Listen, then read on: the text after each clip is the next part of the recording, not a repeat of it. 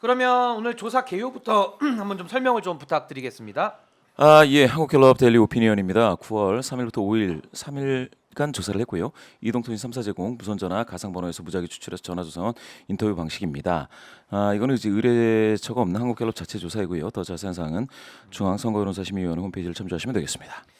그러면 대통령의 직무수행 평가죠. 네. 어떻게 결과가 좀 나왔습니까? 예, 지난주 23%, 이번 주 다시 23% 횡보인데요.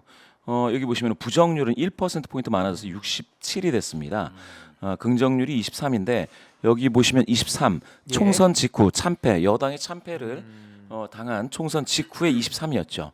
그리고 나서 21까지 빠졌다가 지금 29 회복되는 듯 하다가 지금까지 이제 23까지 빠졌습니다. 29, 28 이때가 예. 여당 국민의힘의 전당대회 컨벤션이 나타났을 때인데요.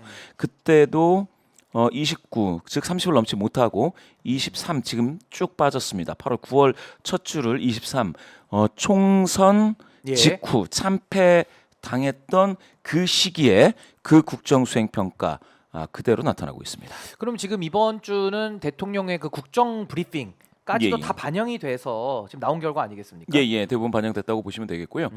특히나 이제 국회 개원과 관련해서 이제 불참했다든지, 불참도, 예. 예. 의대 정원 확대 문제 가지고 계속해서 의사들과 굉장히 큰 마찰을 빚고 있는데요. 예. 거기에 따른 국민적 어떤 불안감 이런 것들이 많이 반영이 됐고 그렇게 따진다면 의대 정원 확대 예. 이 이슈로는 정부가 모르겠습니다. 대통령실이 계속해서 이와 같은 똑같은 정책 기조를 가져간다고 했을 때는 그리고 여당도 뭐 예. 특별히 보관 뭐 어떤 묘수를 둘 수가 없죠. 지금은 그런 상황에서는 이 수치가 더 좋아질 거라고 생각되지가 않습니다. 아하. 우리 김지호 부실장님 지금 23% 그대로 이제 동률로 지난주와 이렇게 나왔는데요. 일단 결과에 대한 총평은 좀 어떻게 보십니까? 일단은 지난주보다 뭔가 좀 더 하락을 기대하는 그러한 저희 지지층이 많았는데 동률이다 보니까 어허. 댓글창에서도 조금 실망하시는 분들이 계신 것 같아요. 그런데 뭐 여론조사라는 게 추세를 보는 거니까요. 추세론적으로 보면 계속 지금 낮은 수치고 제가 생각하기에는 국정 지지도 23%는 예. 정말 국가를 운영할 수 없는 어허. 그런 국정 지지도가 아닌가 그렇게 생각합니다. 근데 저는 항목별로 봤을 때 예. 이게 지금 70대 지지율이 사실상 윤석열 정부를 뒷받침하고 있다라고 예. 볼 수도 있지 않겠습니까? 세대별로 좀 어떻게 맞습니다. 반응이 나왔을까요? 세대별로 봤을 때는 예. 지금 이렇게 보시면 되겠는데요. 방금 말씀하신 것처럼 70대 이상에서 45%니까 어허. 60대가 지금 35 나왔습니다. 예. 긍정률입니다. 그리고 지금 어허. 여기 보면 40대 허리가 되고 있는 40대 한참 일하고 계시는 예. 우리 40대 분들이 지금 9% 나왔습니다. 야, 저게 나올 수가 긍정률이? 있나요, 저런 게? 거의 없다로 봐도 될 것 같긴 한데 일단 나온 거니까 있기는 9%. 있기는 있습니다. 예. 그럼 지역별로도 한번 좀 지역별로 살펴볼까요? 보시면은 여기 예. 대전, 세종, 충청에서 지난주 대비 5% 포인트 빠졌죠. 근데 이게 2주 연속 빠졌습니다. 아하. 지난주에서는 그 전주 2주 예. 전보다 14% 포인트 빠졌었거든요. 그래서 지금 예. 보시면은 지역별로는 이거 한번 보시면은요. 예. 지금 이게 지역별로 나와 있는 건데. 지역별 통계입니다. 예. 지금 여기 예. 17로 보이고 있는 게 이제 인천, 경기. 야. 예, 그리고 대전, 세종, 충청이 16, 예. 광주, 전라가 15. 어허. 그래서 뭐라고 해야 될까요? 국토를 이제 왼쪽으로 봤을 때 예. 왼쪽이 다 안 좋습니다 지금. 서쪽이 왼쪽. 다 안 좋고요. 예, 왼쪽이. 서쪽이. 수도권하고 충청이 예. 호남권하고 별 차이가 없네요. 야. 그렇습니다. 예. 지금 대구, 경북이 37인데 이것도 지금 40이 안 되죠. 그러니까 보수는 원래 TK 그렇죠. 컷빠지라고 볼 수 있는데 많이 빠진 겁니다. 예, 많이 빠진 겁니다. 긍정 예. 37, 부정이 49예요. 지금 TK에서도. 엄청 지금 부산, 울산, 경남이 26입니다. 서울보다 상황이 안 좋죠. 서울보다 낫네요. 예, 이렇게 된다면 대통령실이 지금 전국적으로 다 안 좋다라는 거를 아셔야 될 텐데 대통령실 모르겠어요. 지금 이거 오차 범위를 놓고 봤을 땐 예. 지금 오차 범위 안에서 부정이 더 높은 곳은 대구, 경북밖에 없습니다. TK밖에. 아니 근데 저는 지역별로 좀 의문인 게 이게 예. 정말 대전, 세종, 충청 사실상 좀 크로스보터들이 많이 계시고 좀 예. 이렇게 중도층들이 많으신 지역들일 텐데 부정이 75%까지 거의 압도적입니다. 압도적입니다. 이 부분은 조금 정말 좀 의외고 네. 이 정도 좀 중간에 있는 민심이 좀 나빠졌는지 그걸 좀 새삼 깨달을 수 있었고요. 혹시 또 무당층이나 중도 이쪽 민심은 좀 따로 한번 볼 수가 있을까요? 무당층 역시 마찬가지고요. 예, 14% 나옵니다. 14%요. 중도에서도 긍정은 18밖에 안 되고요. 중도 지금 보시면은 18%. 보수가 예, 지금 이 조사가 원래는 지금 보수 진영에서 이제 대통령을 냈기 때문에 예. 보수 성향이신 분들이 더 많이 잡히는 게 이상하지가 않습니다. 아하. 그런데 지금 이 조사 결과를 보면 지난주보다도 보수 성향자 15명 줄었죠. 예. 260명입니다. 지금 보수 진보 280명입니다. 야. 이건 뭐냐? 예. 지금 정세가 보수 성향이신 분들이 응답을 하시길 굉장히 꺼려하세요. 여론조사 응답 적극성이 완전히 떨어졌다. 이렇게 어허. 보시면 될 텐데 여기에서도 보시면은 예. 보수에서도 긍정률이 40입니다. 그러면 내가 보수다라고 밝히는 사람들도 지금 과반이 안 되는 거네요, 사실상. 그렇죠. 절반은 부정평가하고 야. 계시다. 예. 이렇게 보실 수가 있고요. 보수 성향이신 분들조차도 이렇게 되고 있다. 어허. 중도 성향이신 분들 한번 보십시오. 중도. 18대 73. 이게 몇 배입니까? 이렇게 되면 거의 한 4배 정도 차이가 나지 않습니까? 그렇습니다. 어허. 굉장히 지금 보시면은 지금 이게 원래 중도 성향이신 분들이 이번 정부 들어서서 예. 되게 좀 진보 성향이신 분들 쪽으로 좀 더 기울어 있다고 해야 될까요? 어떤 이슈에 대해서 예. 그게 제가 봤을 때는 주요한 이슈들이 대통령과 관련된 이슈 그리고 예. 뭐 김건희 여사 관련된 이슈 이런 것들이 많이 있었지 않습니까? 그 많은 이슈들 중에서 네. 중도 성향이신 분들이 보수 성향 내지는 국민의힘 지지 쪽 내지는 대통령 긍정 쪽 이쪽으로 몰려있던 적이 별로 없었습니다. 많지 않았고요.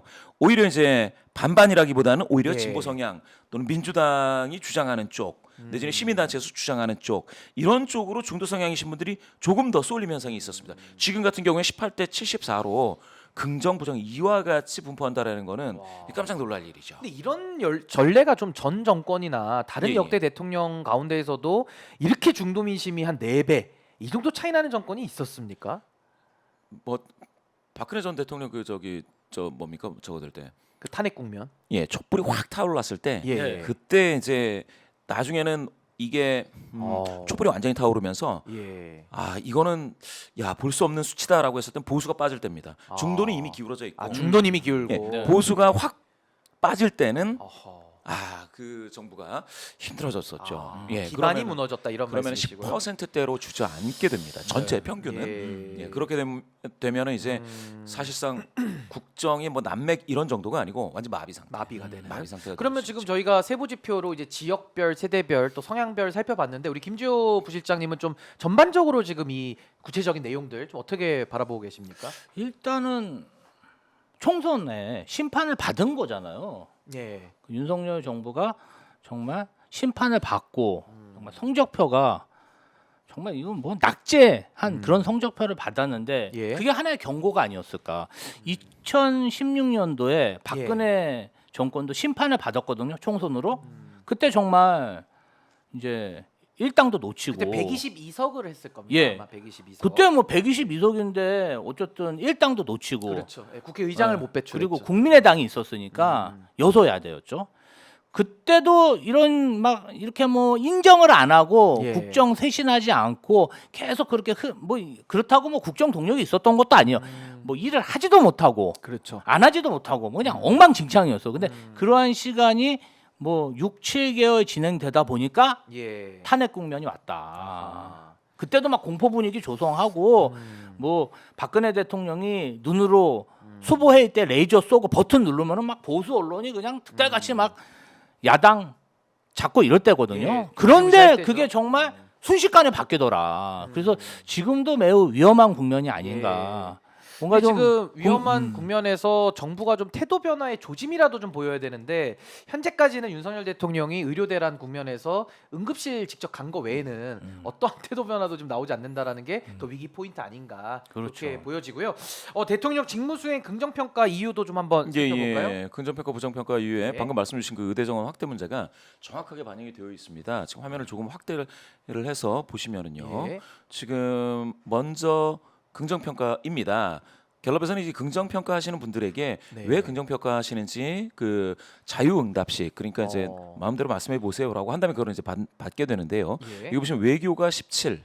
이게 한참 때는 막 40도 되죠. 근데 지금 17이면 외교에 대한 성과를 전혀 이제 국민 많은 분들께서 긍정 평가하시는 분들께서도 언급을 못한다. 어. 이 얘기는 뭐 체코 원전 이거에 대한 신뢰감이라든지 예. 거기에 대한 효능감이라든지 이런 것들이 반영이 되지 못하고 있다. 어. 이 부분은 굉장히 정부에서도 좀 뼈아픈 부분이죠. 왜냐하면 외교는 예. 사실 이게 대통령 고유의 어떤 권한, 대통령만이 좀 많이 할 수 있는 예. 득점 포인트가 많은 곳인데 지금 이 정도밖에 안 된다라는 것도 어허. 놀랍고요. 예. 의대 정원 확대가 지금 8% 포인트 많아서 13이 됐습니다. 두 자릿수가 됐죠. 오. 그러면 예. 의대 정원 확대 문제로 긍정하시는 분들이 꽤 있구나. 긍정하시는 분들한테 의대 정원 확대가 그 이유가 되고 있다라고도 예. 보실 수 있을 텐데 요거를 바로 한번 비교를 한번 해드리겠습니다. 예. 부정 평가하시는 670명, 부정 평가가 오. 더 많죠.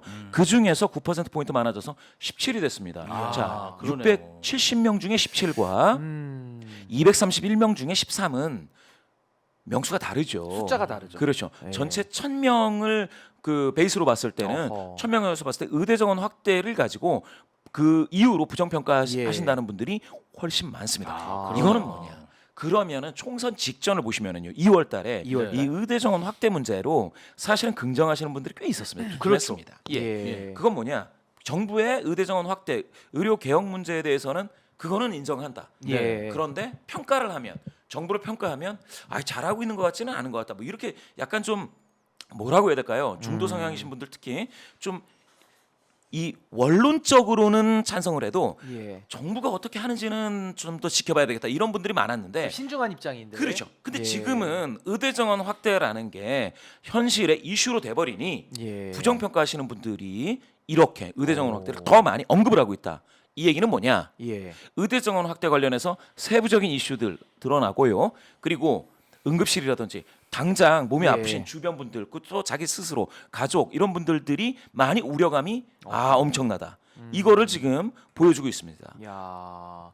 그래서 지금 일단은 직무수행 평가 긍정 이유 또 부정 이유를 좀 이렇게 합쳐서 말씀을 좀 해주셨는데 저는 뭐 이게 맞을지는 모르겠습니다만은 세대별로 70대 이상 지지자들이 지금 이번에 45% 그러니까 많이 줄어들었거든요. 제가 많이 지난주 기억으로 봐도 50%대 아마 이상이었던 것 같은데 이 어르신 계층들이 많이 빠졌다는 것은 좀 의료 대란에 미친 영향이 좀 있을 것 같습니다. 아무래도 병원을 자주 이용하셔야 되니까. 그렇죠. 그리고 예. 이게 사실은 좀 이렇게 흐름을 좀 보시면은 이 의대 정원 확대 이 이슈가 그 전에 있었던 게 약간 뭐 뉴라이트 논란 뭡니까 독립기념관장 이런 인사들 문제. 뭐 국가 간 문제. 그렇죠. 예. 보통은 광복절을 지나면은요 이게 대통령 긍정률이 살짝 올라갑니다. 아, 원래는요? 원래는 아하. 왜냐면 그 사면 복권이라든지 이런 문제들이 사실 예전에 이제 그런 요새는 그런 표현 잘 안 쓰는 모양인데 예. 생계형 사면 뭐 이런 얘기들이 많이 나왔었거든요. 그렇죠. 그런 얘기들도 많았는데 또 뭐 점수 이렇게 잃는 사람들 있지 않습니까? 그걸 좀 복원시켜 준다든지 이런 그렇죠. 것들도 있고 해가지고 그러니까 사면 복권을 해주면 여론이 좋아지죠. 맞습니다. 예, 예. 어쨌건 간에 여론이 좋아지는데 지금 그런 효과는 전혀 없습니다. 어. 광복절 특수라는 게 이 정치권의 대통령 긍정률을 예. 높이는 효과 전혀 없었습니다. 전혀 없는 상태에서 의대 정원 문제가 빵 터지는데 예. 여기 한 번 더 보시죠. 여기에 통합 협치 부족이 또 이렇게 또 아하. 3% 포인트 많아졌으니 이 얘기는 뭐겠습니까? 그런데 국회 개원에 이 대통령이 불참하더라. 라는 문제가 되죠. 그러니까 지금 보시면 일본 관계 예. 이게 순서는 여기 김건희 여사 문제가 이제 먼저일 겁니다.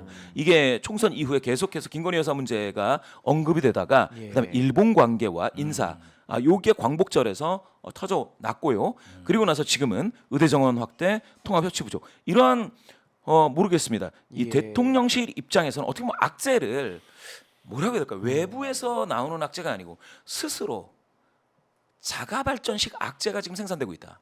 자가 발전식 악재다. 그렇죠. 예. 지금 이거 나오는 내용들 있지 않습니까? 네. 전부 다 이건 어떻게 보면 외부에서 아니 대통령실에 뭐가 문제가 있다 이렇게 지적하기 전에 그 발원지 진원지가 사실은 대통령실이거든요. 그렇죠. 예.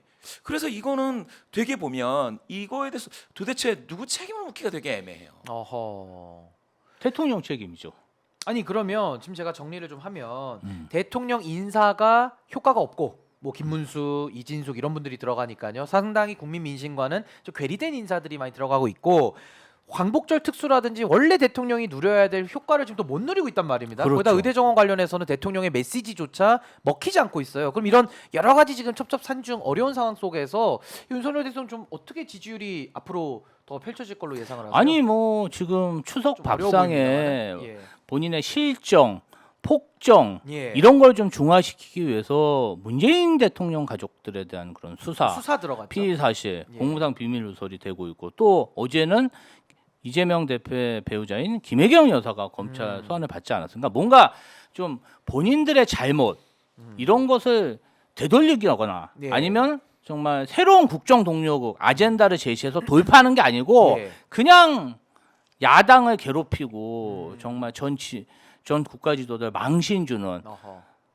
뭐 나도 못하지만 저 사람도 나쁘다. 그러니까 더 나쁘다. 더 나- 그냥 더 막 못했다. 물을 흐리는 그렇죠. 뭔가 그러한 전법을 하고 있는 게 아닌가. 근데 그것도 너무 오래된 수법 같아가지고 그러니까 좀 국민들이 안 먹히는 통할 거죠. 것 같아요. 안 먹히는 거죠. 아하. 예.